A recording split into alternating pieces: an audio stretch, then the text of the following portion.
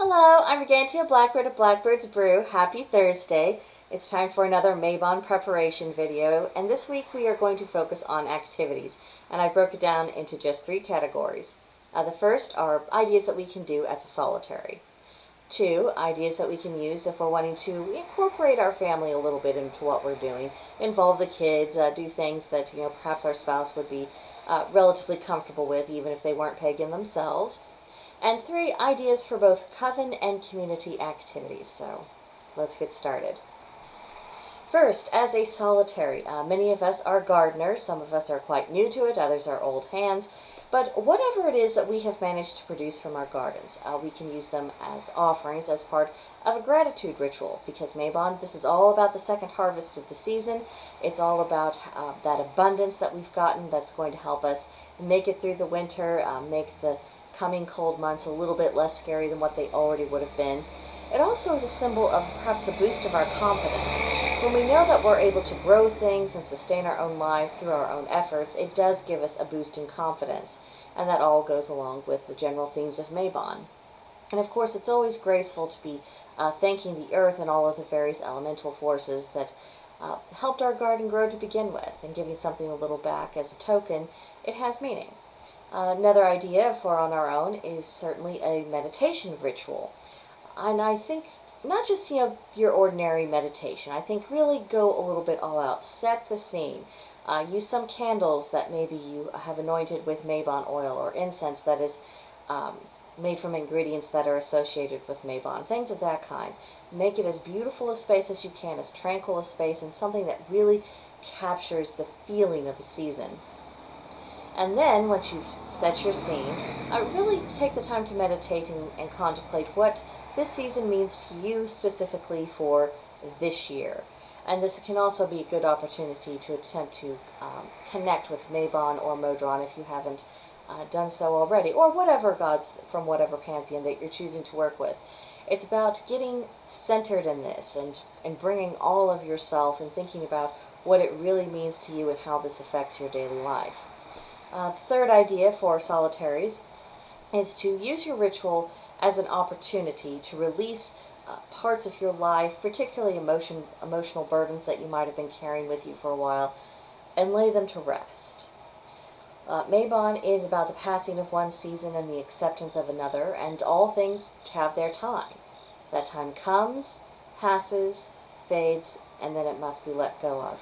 And Mabon is a very suitable time to do any kind of work that has to do with letting go. And if you've been struggling with some issues for a time, making a point to center your ritual on this for Mabon could be really very helpful.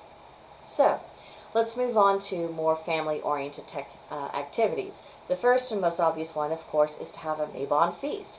You can fill your table with seasonal goodies and flavors. It doesn't have to be complicated or elaborate, just enough to set the mood, make it fun, and show that this is a special day for you. And this is something you can do whether or not the rest of the family are pagan or even interested in paganism. It allows them to share in your joy of the season without doing anything that makes them feel like they are participating in a religious way. And of course, kids are always going to be fans of good foods, and I've noticed that spouses often tend to think with their stomachs. So this is something that's nice, fun, non-confrontational, that still allows you to live your path without doing anything that could potentially make a spouse uncomfortable. Second idea, and this would probably be more so for more accepting households when you're not in a religious struggle with your spouse, is to tell Mabon stories to the kids. Most pantheons and cultures have harvest-themed stories and different lore to draw upon. Now, it's true, some of these stories might require some editing to make them child-friendly, but even with that, it is still possible to convey the meaning of that story and how it relates to this time of year and what you're doing in such a way that the kids can really understand that, about why this is such an important time, why you think it's worth putting forth the effort. And it plants a seed so that if they find themselves called to paganism, this is something that they can remember from their childhood, that this was always part of them. But it's not the same thing as indoctrinating your kids and saying, you will be pagan or else. No, it's simply exposing them to information in a manner that they can really grapple with. third idea, and I think this is one of the more fun ideas, is crafts. The whole family can make simple and inexpensive Mabon decorations together. This gets everybody involved in a fun and creative way, and you're not just on your own putting up the decorations by yourself. Everyone's a little bit more invested with this.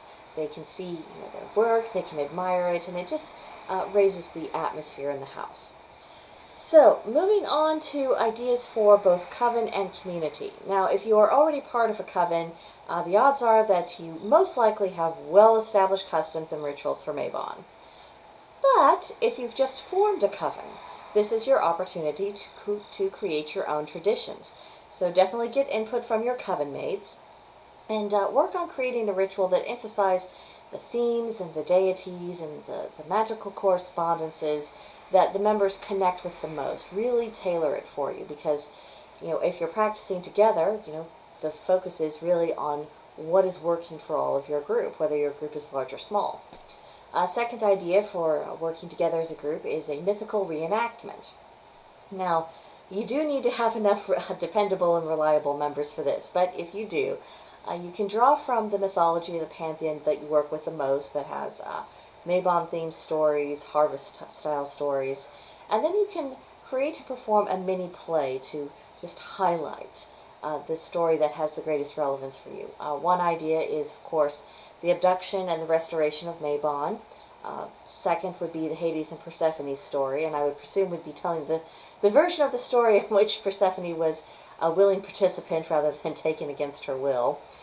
I know there's some controversy in some circles about just how Persephone felt about how things went down. Was she making her own decisions here, or was she just taken, or what was the situation? So that could actually be a very good group discussion for your coven about which side do you fall on.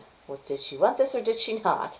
And of course, the third idea is to have a mini play about the Lord and the Lady, their various roles.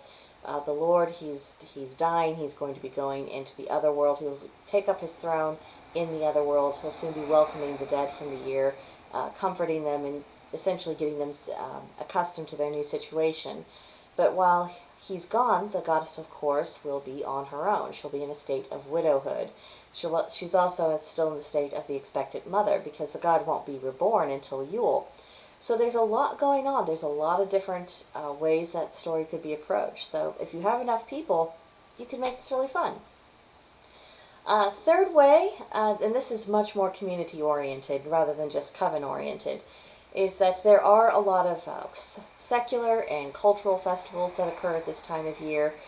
Maybe you could join in by having a Mabon-themed booth or participating in a community parade. There's a lot of homecoming parades at this time of year, and and the local pagans wish the homecoming team good luck in their game and all that. I mean, that would be one way to insinuate just a touch of pagan influence into established local customs without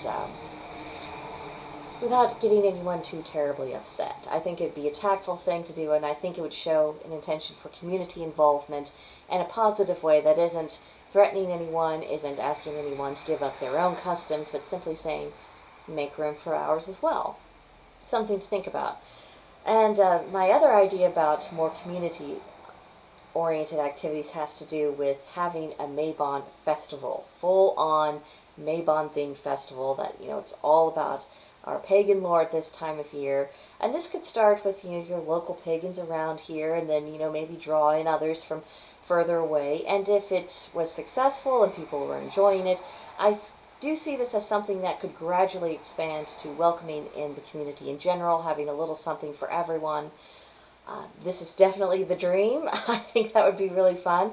I have no idea what would be involved or how much work it would take to even begin the first steps of such a project, let alone take it to a higher level. But I think it would be an amazing goal. It would be incredible to see that happen, and it's just something to think about. Maybe there are people out there who are much better with people than I am, who are good organizers, who know how to make stuff like this happen. Maybe this could be a project for you. If it is, let me know if you decide to take it up. So these are just a few ideas. They are by no means the only ideas. This was not an exhaustive list, but but I hope it does help stimulate your own brainstorming process. You know, assuming you don't have plans already, maybe this will give you some ideas.